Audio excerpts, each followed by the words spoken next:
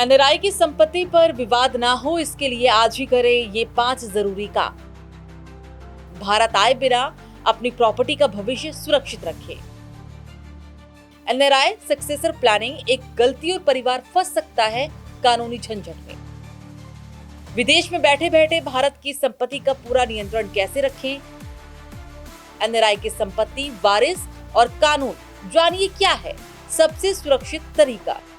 नमस्कार, मैं हूं सुरभि राजपूत और आप देख रहे हैं वॉइस ऑफ रियलिटी। दोस्तों, यहाँ एक बात समझना बहुत जरूरी है। हम अपनी पूरी जिंदगी मेहनत करते हैं, घर बनाते हैं, जमीन खरीदते हैं, निवेश करते हैं और अपने परिवार के लिए एक सुरक्षित भविष्य तैयार करने की कोशिश करते हैं। लेकिन कई बार हम एक ऐसी जिम्मेदारी को टाल देते हैं जो उतनी ही महत्वपूर्ण है जितनी संपत्ति बनाना। वो जिम्मेदारी है अपनी संपत्ति को सही तरीके से अगली पीढ़ी तक पहुंचाने की योजना बनाना। हमारे समाज में बड़े बुजुर्ग हमेशा परिवार की नींव माने जाते हैं। उनकी ये नैतिक जिम्मेदारी भी बनती है कि वे अपने जीवन काल में ही यह स्पष्ट कर दे कि उनकी संपत्ति, निवेश और अन्य संपत्तियां आगे किसे और कैसे मिलेगी। क्योंकि जब फैसले समय पर नहीं लिए जाते तो अक्सर परिवारों में गलतफहमियां पैदा हो जाती है। कई बार भाई बहनों के बीच विवाद शुरू हो जाते हैं, रिश्तों में दूरियां आ जाती है और परिवार वर्षों तक कानूनी प्रक्रिया में उलझा रहता है। सच्चाई ये है कि एक अच्छी विरासत सिर्फ संपत्ति नहीं होती, बल्कि परिवार में एकता और स्पष्टता भी होती है। अगर माता पिता या परिवार के वरिष्ठ सदस्य समय रहते अपनी इच्छाओं को दस्तावेजों में दर्ज कर दें, सही नामांकन कर दें और आवश्यक कानूनी व्यवस्था कर दें, तो आने वाली पीढ़ियों की अनावश्यक परेशानियों का सामना नहीं करना पड़ता। याद रखिए, संपत्ति छोड़ना महत्वपूर्ण है, लेकिन संपत्ति के साथ स्पष्ट दिशा निर्देश छोड़ना उससे भी अधिक महत्वपूर्ण है। यही एक जिम्मेदार परिवार प्रमुख की पहचान है, जो अपने जाने के बाद भी अपने परिवार को सुरक्षित, संगठित और विवादों से दूर रखना चाहता है। कल्पना कीजिए, आप पिछले 15 सालों से विदेश में रह रहे हैं। भारत में आपका एक घर है, कुछ निवेश है, बैंक अकाउंट है और परिवार भी यही है। लेकिन अचानक आपके मन में एक सवाल आता है, अगर मेरे साथ कुछ हो जाए तो मेरे परिवार को मेरी संपत्ति तक पहुंचने में कितनी परेशानी होगी। क्या उन्हें भारत आना पड़ेगा? क्या कोर्ट कचहरी के चक्कर लगाने पड़ेंगे? क्या सारी प्रक्रिया महीनों या सालों तक अटक सकती है? और सबसे बड़ा सवाल, क्या आपके ना रहने पर आपकी संपत्ति सही व्यक्ति तक पहुंचेगी भी या नहीं? बहुत से एनआरआई अपने करियर और भविष्य की प्लानिंग तो कर लेते हैं, लेकिन अपनी संपत्ति की उत्तराधिकार योजना यानी सक्सेशन प्लानिंग को टालते रहते हैं। उन्हें लगता है कि इसके लिए भारत आना जरूरी है, लेकिन सच्चाई ये है कि आज टेक्नोलॉजी और डिजिटल सेवाओं की मदद से आप विदेश में बैठे बैठे अपनी सक्सेशन प्लानिंग का एक बड़ा हिस्सा पूरा कर सकते हैं। आज की इस वीडियो में हम जानेंगे कि एक एनआरआई बिना भारत आए अपनी संपत्ति, बैंक अकाउंट और निवेशों की सक्सेशन प्लानिंग कैसे कर सकता है। सक्सेशन प्लानिंग क्यों जरूरी है?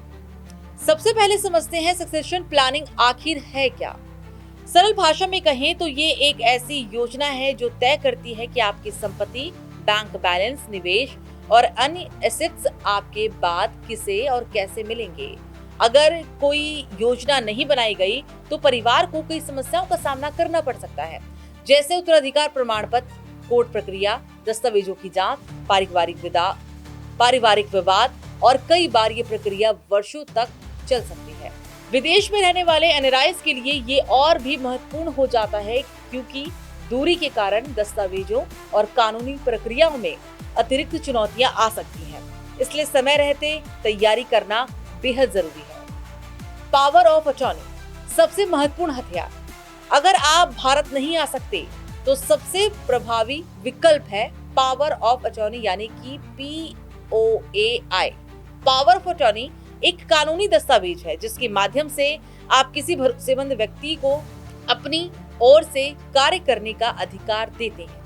मान लीजिए आप कनाडा में रहते हैं और आपकी दिल्ली में एक संपत्ति है। आप हर छोटे बड़े काम के लिए भारत नहीं आ सकते और ऐसी स्थिति में आप अपने भाई बहन, माता पिता या किसी विश्वसनीय व्यक्ति को पावर ऑफ अटॉर्नी दे सकते हैं। वो व्यक्ति आपकी ओर से दस्तावेज जमा कर सकता है, सरकारी कार्यालयों में जा सकता है रजिस्ट्रेशन कार्य कर सकता है, आवश्यक कानूनी प्रक्रियाएं पूरी कर सकता है। लेकिन यहाँ एक महत्वपूर्ण बात याद रखें, पावर ऑफ अटॉर्नी हमेशा किसी भरोसेमंद व्यक्ति को ही दें। दस्तावेज में अधिकारों की सीमा स्पष्ट लिखवाएं और किसी अनुभवी कानूनी विशेषज्ञ से ड्राफ्ट तैयार करवाएं। सेगमेंट 3, ई स्टाम्पिंग और ऑनलाइन नोटराइजेशन। पहले दस्तावेजों पर स्टाम्पिंग और नोटरी करवाने के लिए लंबी प्रक्रियाओं से गुजरना पड़ता था, लेकिन अब कई प्रक्रियाएं डिजिटल हो चुकी हैं। E stamping benefits, faster process, reduce paper work, better record keeping, easier verification. E stamping की मदद से कई दस्तावेजों पर डिजिटल स्टाम्प ड्यूटी का भुगतान किया जा सकता है। इससे फर्जी स्टाम्प पेपर के जोखिम भी कम हो जाते हैं। और इसी तरह कई देशों में दस्तावेजों की ऑनलाइन नोटरी और डिजिटल सत्यापन की सुविधा भी उपलब्ध है। हालांकि विभिन्न देशों और राज्यों के नियम अलग अलग हो सकते हैं, इसलिए कोई भी दस्तावेज तैयार करने से पहले स्थानीय कानूनी सलाह जरूर लें। वीडियो केवाईसी की ताकत।